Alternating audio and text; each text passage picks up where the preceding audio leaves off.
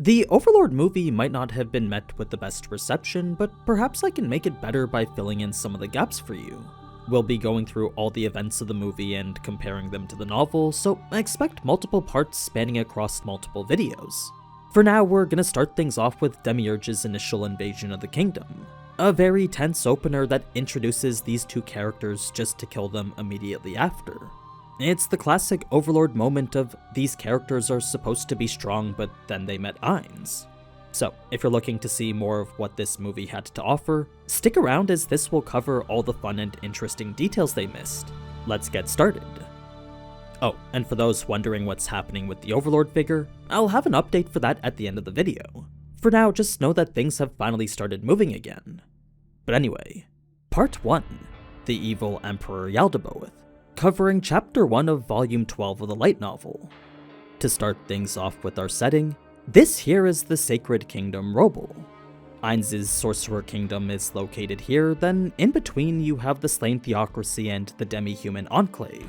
The latter wasn't a territory claimed by any individual nation, but it was an area of hills home to a large number of demi-human tribes, multiple species of them most hostile towards humanity.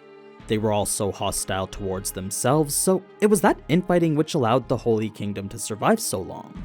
You see, if not for the constant conflict preventing these demi-humans from unifying, there was a good chance this 60-mile wall keeping them out never would have been completed. I mean, the need for a wall at all was a clear testament to how bad things must have been. Its construction would have been a natural development for any human nation though, since the gap in ability between subhumans and regular humans was immense. Like, you might think a weaker species like goblins weren't something to worry about, but even they could be troublesome when taking advantage of their innate abilities. Not to mention they weren't the only tribe of demi-humans. The others were most likely significantly stronger than humans, and quite a few were even born with an affinity towards the arcane. So, had this wall not been built and an invasion was to happen, there was no doubt the casualties in the kingdom would be immeasurable. It's the core reason why they went to such great lengths to fortify their defenses. They wanted to send the message that this land belonged to them, and they wanted their enemies to see to even try to attack would result in a very difficult fight. This, however, came with an extreme labor cost, since manning the entire wall would have been impossible. As much as they wanted to do so, it wasn't economically feasible to have so many soldiers on standby. To not be ready wasn't an option either though, since a recent invasion attempt had bolstered their need to defend themselves. You see, after an eager tribe of demi-humans scaled the wall and made their way inland, numerous villages unfortunately fell victim to them. The invasion was actually so extensive that many believe these monsters are still present, lurking on the inside today. This in turn led the Sacred Kingdom to make some changes, the result of which was a series of forts. Each fort is placed at a fixed interval along the length of the wall. They are garrisoned by enough soldiers to delay the enemy, then a group of them are supervised by a larger regional fortress. This was so in the event a fort did come under attack, all they needed to do was light a signal fire to request backup. It was from there the other forts would send reinforcements, and the regular patrols between forts would know where to rush to. It was this system that mitigated the demi-human attacks almost completely, giving the Sacred Kingdom some time of respite.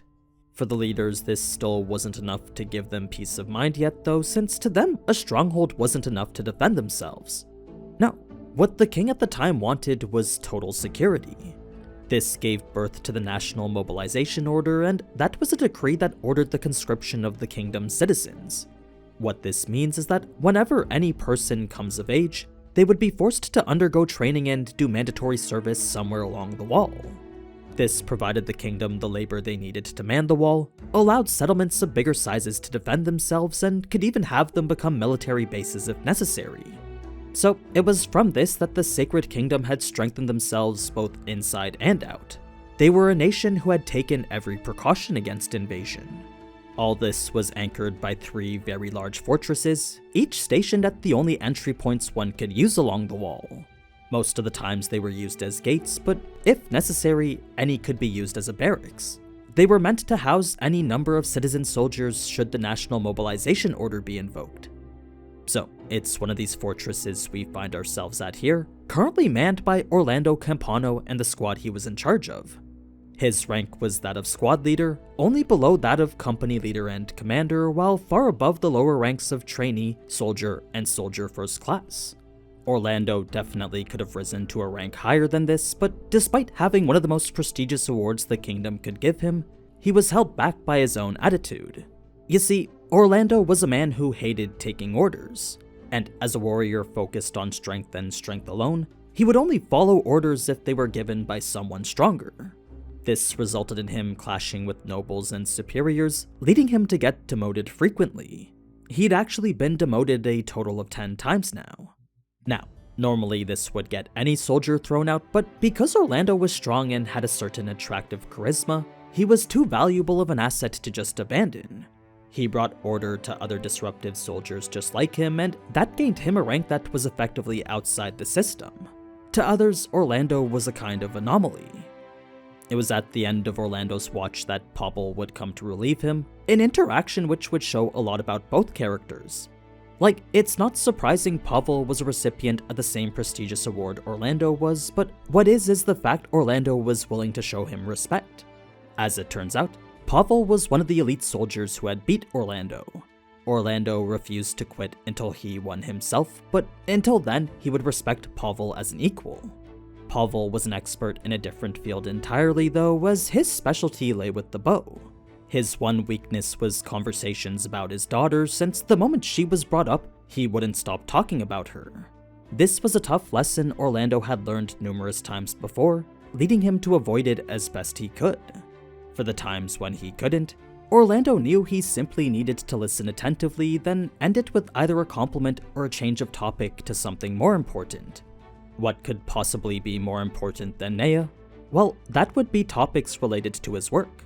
The other option was to give Pavel a good smack, but Orlando didn't feel like embarrassing himself. He knew all too well what would happen should he try to fight Pavel.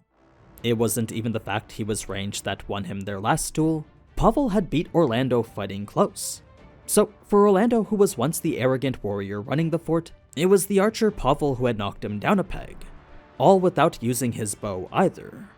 That's why Orlando has so much respect for him, and it's the reason he yearns to beat him in a duel on his terms. So, this brings us to a cutscene regarding his intent to leave the fort, since, as he was now, Orlando wasn't happy with where he was at in life. Yes, he still wanted to beat Pavel, but he knew he couldn't do that here at the fortress. What he enjoyed most was fighting those stronger than him and getting stronger himself. He wasn't gonna leave if Pavel didn't want him to though, since as the man he respected most, he would listen to anything he said. The thing is, with Orlando being a career soldier and not a conscript, Pavel knew he had no right to tell him to stay. As big of a gap a man of his caliber would leave, if Orlando wanted to go, Pavel wasn't going to stop him. That's when Pavel would bring up all the enemies he wouldn't have the opportunity to fight anymore, specifically a demi-human king that went by the name of the Overlord. Orlando had fought him once before, but after losing all his weapons and only winning because reinforcements arrived, that wasn't a fight he was satisfied with. Orlando knew he'd probably lose if he fought him again, bringing up the notion he would need to be as strong as a hero to win. This then brought up the news of Gazov Stronov, specifically his defeat to a caster known as the King of Darkness. As shocking of a result as that was, the most surprising part was the fact a mage had fought him solo. It was very uncommon for a warrior to lose 1v1 against a spellcaster. The fact it happened was actually part of what spurred Orlando to want to train again, since it was clear he'd underestimated a lot of elements of combat. Before, he was always a strong advocate of might makes right, but Pavel and the King of Darkness had showed him otherwise, thus the reason he wanted to retrain himself. Unfortunately, training locally wasn't an option, since the only people worth fighting were one of the 9 callers just like him. They were all people of rank though, so there was no chance any would fight for real should they even face off against him. Where then did Orlando want to train? Well, he decided the best place was the Nation of Darkness. He had heard there were quite a few powerful undead there. The Sacred Kingdom wasn't particularly fond of this nation, but they weren't enemies with them either, at least not yet. Their strong stance against undead made them incompatible, but the enemy in the hills next to them was far more important than the enemy way beyond. That being the case, if Orlando wanted to go there, he probably could. That's not to say the Sacred Kingdom didn't have plans to fight the Nation of Darkness in the future, since as soon as the demi-humans were taken care of, they would be next. In fact, there were already plans to establish a united front with the Theocracy. In any case, with Pavel being a bit disappointed his friend was leaving, the two would share a heartfelt moment promising to meet up again. It was then that the bell would ring, indicating the sighting of demi-humans. At first, everyone remained rather calm since raids like these weren't uncommon. Usually, it was only a group of a few dozen, so that was a number those present should be able to deal with. When that number grew and expanded with numerous other demi-human races, a fearful thought entered everyone's minds. No one wanted to believe it, but this was a clear sign of a major invasion. Somehow the demi-humans had overcome the impossible and united together despite their differences culturally, religiously, and racially. The Sacred Kingdom never believed it could happen, but now that it did, they knew this was the beginning to a fight for their very existence. Orlando was actually the first to clue in on how this was possible, since unification between demi-humans required one single thing. For humans, wealth or knowledge could be that unifying factor, but for demi-humans, power was the most convincing. So if the demi-humans were showing up like this now, that meant there was a good chance someone very powerful was behind them. Someone bold enough to try to attack 1/5 of the Sacred Kingdom's army all at once. Luckily, a large attacking force like this would take a long time to mobilize, so that gave Pavel time to report things upward. It would take time for them to set things up too though, especially if the higher-ups decided to invoke the National Mobilization Order. Strangely enough though, the enemy didn't seem to rush to start the attack. For some reason, their mobilization took far longer than Pavel thought, and that gave them plenty of time to gather more and more soldiers into the fortress. The military leaders were more than happy to accept such an advantage, but for Pavel, he couldn't help but feel anxious. There was no way the demi-human leader didn't know the humans were gathering reinforcements, so it just didn't make sense why he was allowing it. It was only a matter of time before this leader would show himself though, since it was in demi-human nature for the ruler to demonstrate their might. This would be the moment when Pavel would strike, making the most out of his longbow enchanted specifically to deal with demi-humans. He also had a plethora of gear making him a silent assassin, all provided by the country that valued him so much. So, the moment this leader showed himself, it was a shoot first, ask questions later type situation. Now, it was when the preparations seemed to be coming to an end that the fortress's sole tier 3 spellcaster would report back after having scouted the enemy formation with flight. He confirmed that the threat was imminent, and that led Pavel to do his pre-battle ritual. It was a simple gesture of love towards a wooden doll his daughter had made for him. This spurred memories regarding their relationship, specifically their growth apart over the years. You see, with his lengthy shifts and her desire to become a paladin, the two would see each other less and less. Eventually it got to the point that she didn't seem very much interested in him anymore. That much was natural considering how absent he'd been, but what bothered Pavel the most was her misguided intent to become a paladin. As someone who'd watched her his entire life, Pavel knew her being a paladin was the last thing she was suited for. She only wanted to do it because her mother was one. So, while on the inside, Pavel truly believed paladins were just a bunch of fanatics, that was a truth he could never bring to tell his daughter. He would instead have to stand by and watch her pursue a path he didn't agree with. Now, it was once Demiurge made his appearance that all archers would wait for Pavel's instruction. The reason they didn't shoot right from the get-go was because this was a demi-human they'd never seen before. Not only that, but the outfit he was wearing was immaculate. It was a well-tailored, well-designed fit unbefitting those typically worn by demi-humans. This implied a demi-human with an advanced subculture, making his presence even more troublesome.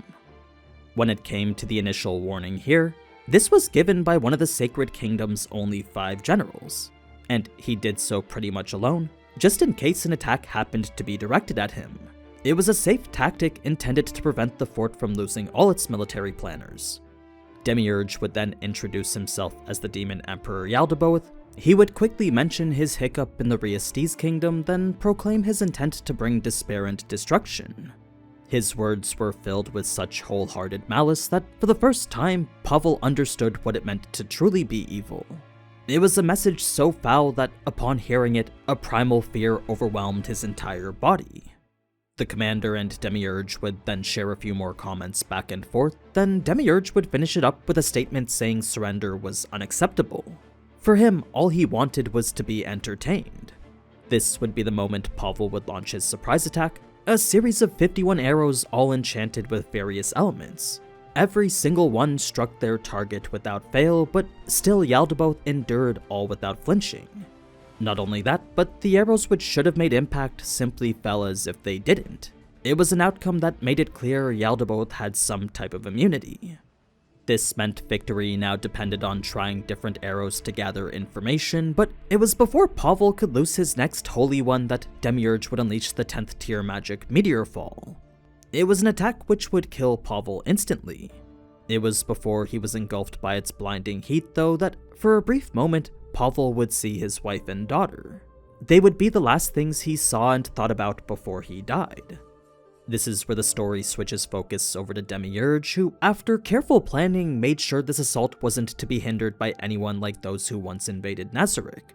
They were the type of humans who could fight on even after seeing his magic, and that was an outcome he wished to avoid. Now, you may think this attack was meant to collapse their defenses and stir confusion, but really it was simply for Demiurge to save energy. That's why he didn't attack again or send the demi-humans in immediately after. He was simply content with laying the groundwork for the demi-humans to do the rest. Keep in mind, Demiurge's true value lay in his skills, so to see him use one of his 2 10th tier spells was a rarity. It might not have been necessary, but it was definitely the most efficient way of pushing his plans forward. It was after that he could turn his back and not even worry about a counterattack, since Demiurge knew such an outcome wasn't even a possibility. It was a trait specific to him that ensured victory was always inevitable. He knew he was one of the weaker floor guardians, but when it came to a fight, Demiurge had no doubt he could win against any of them. Reason being that he was of the understanding a fight should only be started after victory was assured already. That being the case, unless he was ordered to otherwise, Demiurge wouldn't partake in a fight that he wasn't certain he would win. There was also one person he knew he could never beat no matter how much time he had, since to him this person had a greater intellect, was incomparably crafty, and possessed foresight that stretched into eternity. When compared to that, Demiurge knew that he was nothing. Now, there was one unexpected event that went to surprise him, and that was the charge of Orlando. A quick analysis revealed he was no threat, had no importance, and wasn't even part of the calculations to begin with, so as trash only made prettier by his prestigious 9 colors title, Demiurge figured he would be useful to experiment on. For Orlando, he was enraged by the fact the man he wanted to beat was dead, but for Demiurge, this slow, straightforward charge made him disappointed. He was genuinely upset that he had to wait for such a slow attack announced from so far away. That being the case, Demiurge had all the time in the world to remember who it was that was challenging him, as well as figure out the best way to dispose of him. It was a comprehensive thought process that eventually led to the gruesome fate we saw in the anime. So, this is about as classic of an Overlord moment as you can get, since that was about 70 pages building up these 2 characters and their relationships, yet in only 10, both were eliminated like insects. They do, however, tie to Nea's character later, so it's not like knowing about them was pointless. It's just so interesting whenever moments like these do happen. Now, to wrap things up with Demiurge's actions after, his army was divided into 2 categories. There were those who gladly submitted to him and followed him out of the opportunity to kill humans, then there were the others who followed him out of fear. The latter was the ones he sent in first, thus the reason he was so strong-armed with them. Both sides were told of a happy outcome awaiting should they obey his orders, and that for the most part was enough to get excellent results here. For the times it didn't, there was always an appropriate future awaiting them too. Either way, Demiurge's plans were multifaceted to the point that he could plan for everything. He was always considerate of any developments and had numerous contingency plans for the cases when they happened. All were meant to achieve his goals in the best way possible. The one thing he couldn't account for was the actions of fools, but that was something only Ainz could predict. It was a level Demiurge hoped he could one day get to. As he was now though, He could only hope Ainz would be happy with the current plans he was putting forth. His deepest desire now was for the people of the Sacred Kingdom to entertain Ainz the way he wanted them to. But yeah, that's pretty much it for the opener. I hope you guys enjoyed seeing more of Overlord, and if you want to see more, then be sure to leave a like and comment. Also, if you're looking for a series with just as much lore and world building, check out my videos on Lord of Mysteries too. It's an isekai that honestly has a lot of the same aura farming that Ainz does, so I really think some of you might like it. Now, for a quick update on the figure, it's 100% still going to happen, it's just the license was put on hold due to a 1-year hiatus from the movie. We recently got the green light to continue with it, so now we're just in the stages of getting the design approved and a timeline committed. We already have the figure fully rendered out and ready to go, so I'm hoping I should be able to show it to you within the next month or two. I really appreciate all the patience, and I hope you'll still enjoy being part of the first ever community voted figure we make together. If all goes well, then we'll definitely be able to make more together in the future. I may or may not already have a Mushoku Tensei Relic one in the works. But anyway, until next time, ciao!